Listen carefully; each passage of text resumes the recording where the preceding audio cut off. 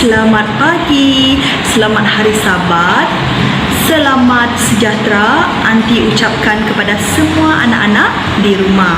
Pada pagi Sabat ini, Aunty akan memimpin anak-anak dalam kelas Sabat online kita. Okey, sebelum itu Aunty ingin memperkenalkan diri Aunty. Aunty ialah Aunty Biaini dari Gereja Engkeruh Serian. Okey, untuk pengetahuan anak-anak di rumah, Sabat ini adalah merupakan Sabat pertama dalam kuarter keempat pada tahun ini. Sebelum itu, Aunty ingin mengajak anak-anak berdoa. Mari kita sama-sama berdoa. Ya Tuhan, Bapa kami yang bertahta di kerajaan syurga, terima kasih Tuhan kerana kesempatan ini kami dapat berkumpul memuji nama Tuhan dalam kelas online ini. Biarlah Tuhan memberkati apa yang telah kami rancang pada saat ini supaya semuanya berjalan dengan lancar, dan biarlah Tuhan memberkati pelajaran yang akan kami dengar sebentar lagi. Biarlah pelajaran tersebut akan membantu anak-anak dalam pertumbuhan iman mereka Tuhan. Dalam nama Yesus Kristus kami berdoa. Amin.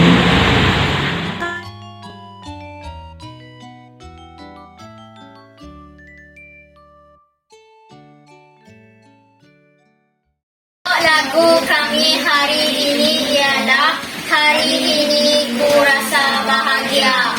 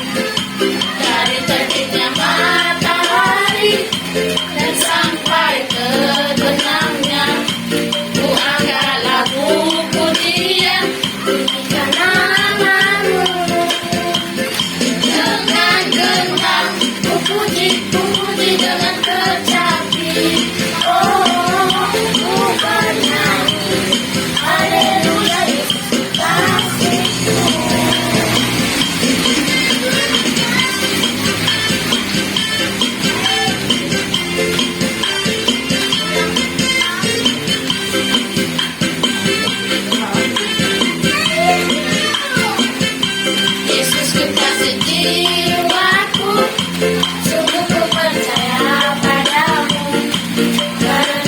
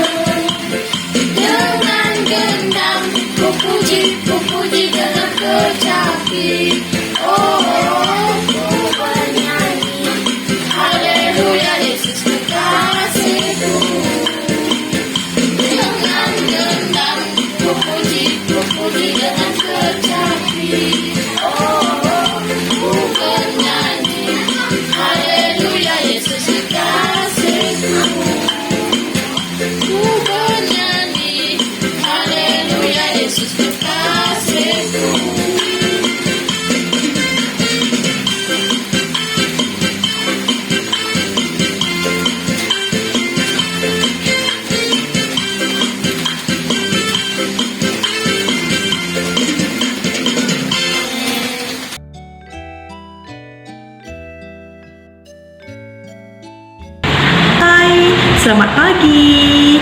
Pada hari ini, Anti bercadang untuk membuat nota pemberi semangat kepada seorang rakan Anti. Okey, Anti harapkan nota tersebut dapat memberikan semangat, memberikan motivasi kepada rakan Anti. Okey, ini adalah contoh nota pemberi semangat. Okey, nota pemberi semangat adalah digunakan untuk menaikkan semangat seseorang yang dalam kesedihan ataupun seseorang yang hilang pengharapan. Anak-anak, sekiranya anak-anak diberi nota pemberi semangat, kalau Anti pasti rasa sangat gembira sebab dengan adanya nota pemberi semangat tersebut, Anti dapat mengetahui seseorang mengambil berat tentang Anti. Okey, jadi pada saat ini Anti ingin mengajak anak-anak untuk sama-sama membuka Alkitab dan lihat dalam Ibrani 10 ayat 25. Okey, di dalam Ibrani 10 ayat 25 menyatakan, janganlah kita menjauhkan diri dari pertemuan-pertemuan ibadah kita seperti dibiasakan oleh beberapa orang, tetapi marilah kita saling menasihati dan semakin giat melakukannya menjelang hari Tuhan yang mendekat. Mesej kita pada pagi ini ialah kita mendorong satu sama lain untuk mengikut Yesus. Marilah kita bersama-sama memberikan masa kepada Anti Nelia untuk menyampaikan pelajaran Alkitab.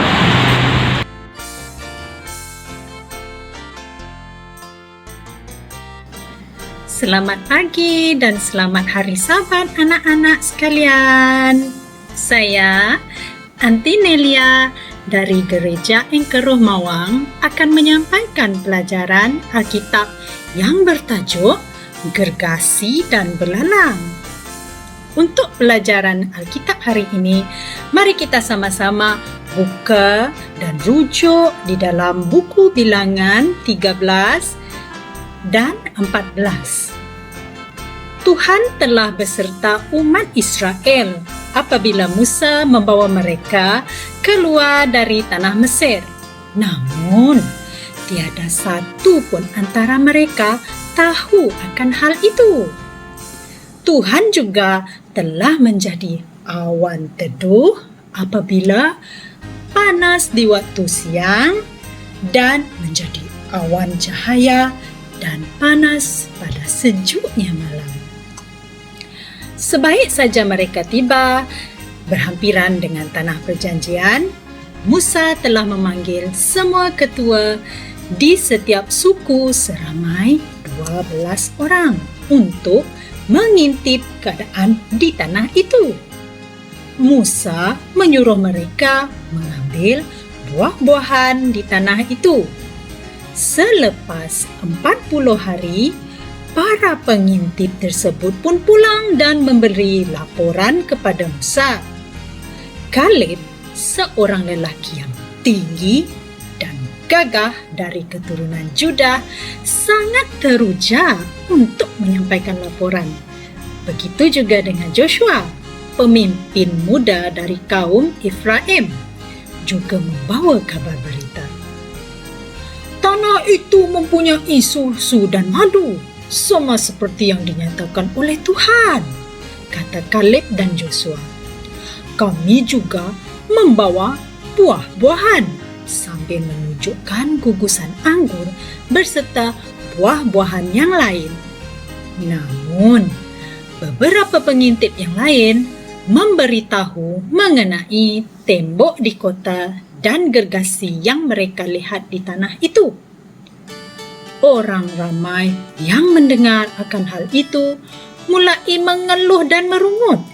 Kaleb melihat situasi itu lalu berdiri di antara Musa dan orang lain lalu berkata, "Kita boleh naik sekaligus mengambil tanah itu. Tanah itu sangat baik.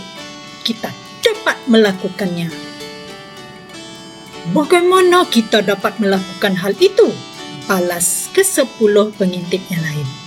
"Kita berasa seperti belalang di samping orang-orang itu.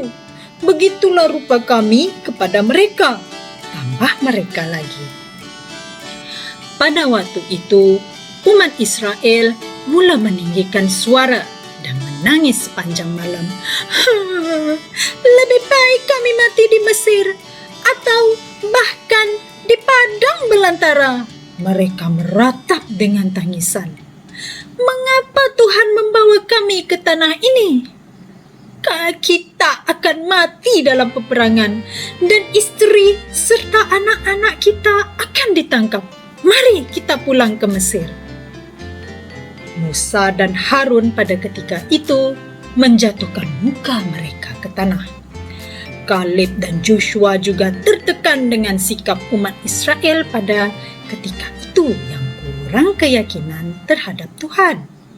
Mereka terus mengoyakkan baju dan mengangkatkan tangan mereka untuk mendiamkan diri. "Tanah yang kita terokai itu sangat baik," kata kedua pengintip yang setia itu. "Jangan takut dengan orang yang tinggal di situ. Dengan pertolongan Tuhan, kita pasti akan dapat menewan mereka dengan senang. Tuhan beserta dengan kita," kata Kaleb sambil memandang ke arah orang ramai yang marah itu. Kaleb terus memberikan kata-kata semangat dengan memberitahu bahwa tanah perjanjian adalah tanah yang baik. Pemandangan yang sangat indah, kaya, penuh dengan makanan. Ia memerlukan 2 lelaki gagah untuk memikul segugus anggur. Bayangkan. Ya, mereka kuat. Bandar mereka dilindungi. Tetapi Tuhan beserta umat Israel. Tiba-tiba, tangisan dan rungutan mereka semakin bergilir-gilir.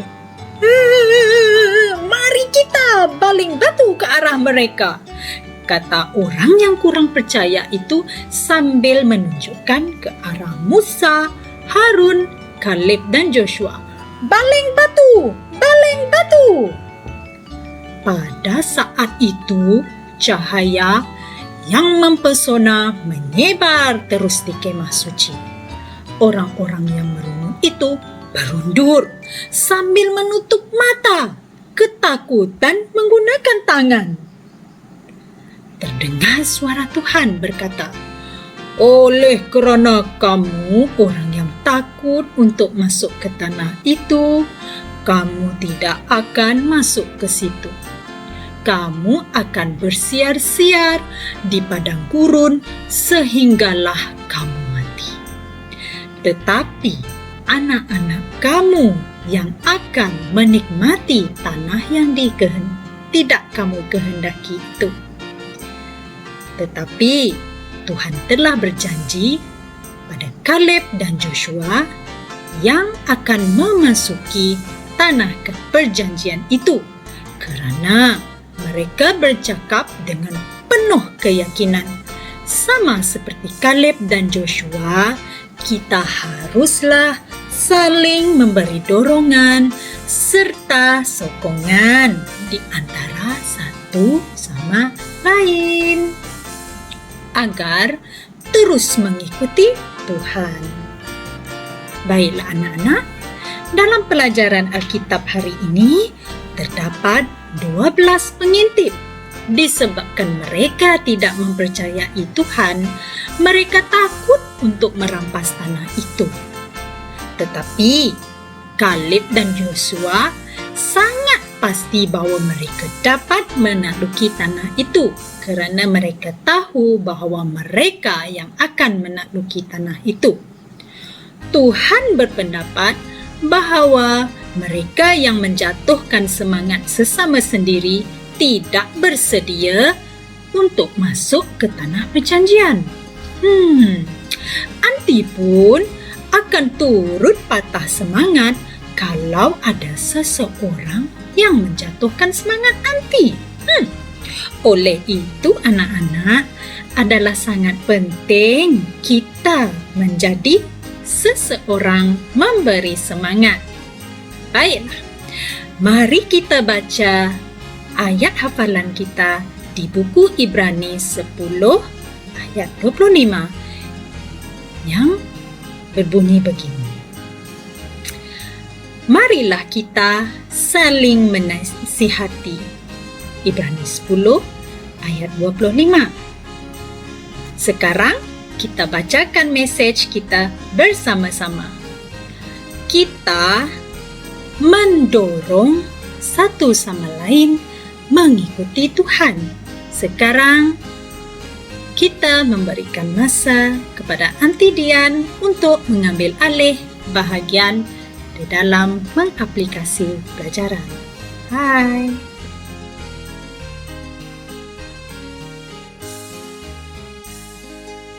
Selamat Hari Sabat anak-anak, bersama saya Anti Rufina.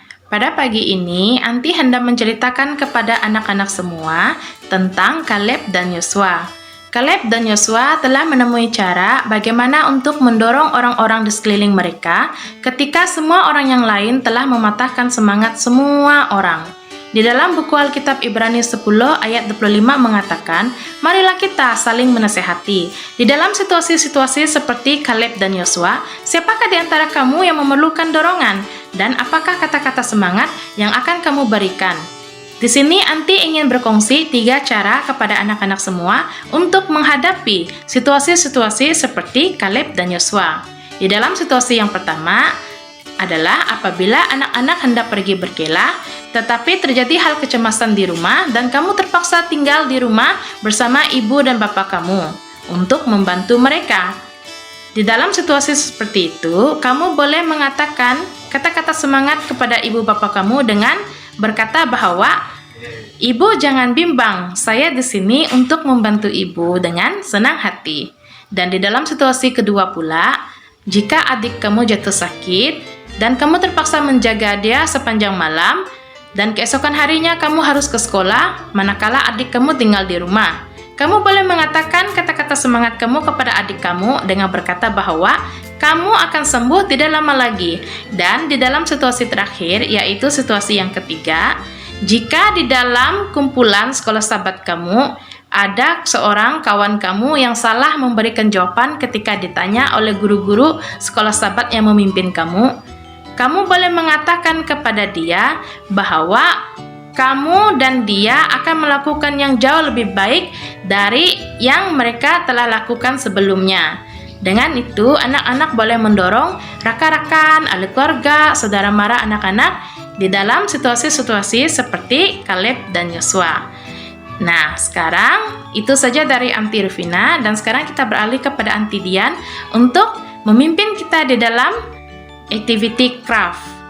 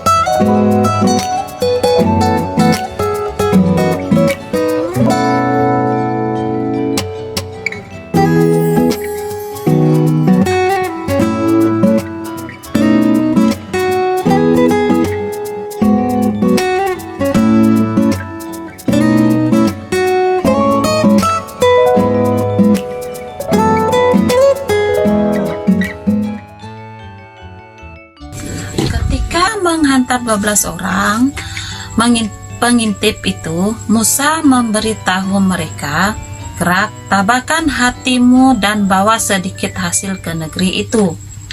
Buah-buahan itu adalah tujuan untuk mendorong umat-umat Israel meneruskan perjalanan ke tanah perjanjian. Mari kita baca sekali lagi Ibrani 10 ayat 25.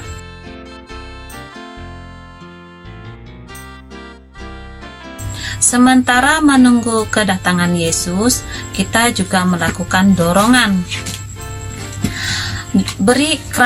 Berikan kerap kamu kepada seorang yang melakukan kata-kata semangat. Kalau anti terima salah satu daripada kerap kamu, hari ini saya akan rasa bersemangat. Minggu ini kamu harus ingat message kita. Mari kita sebut bersama-sama sekali lagi. Kita mendorong satu sama lain mengikut Tuhan. Sampai di sini saja sekolah sahabat, kanak-kanak online sahabat ini. Mari kita doa penutup. Kita berdoa. Ya Tuhan, Allah Bapa kami yang di sorga, terima kasih Bapa atas pimpinan Bapa pada pagi ini, karena segala yang telah kami lakukan pada saat ini untuk kanak-kanak kami telah Bapa berkat semuanya berjalan dengan lancar. Kami mohon kuasa Roh Kudus-Mu Bapa untuk selalu memimpin anak-anak kami, lakukan untuk agar setiap anak kami ini nanti diberi juga kebijaksanaan dalam melakukan kehendak-Mu Bapa. Terima kasih karena telah mendengar doa kami. Kami serah doa kami ini dalam nama anak-Mu Yesus Kristus Juru Selamat kami. Amin. Jaga diri baik-baik hingga kita jumpa lagi minggu depan. Bye.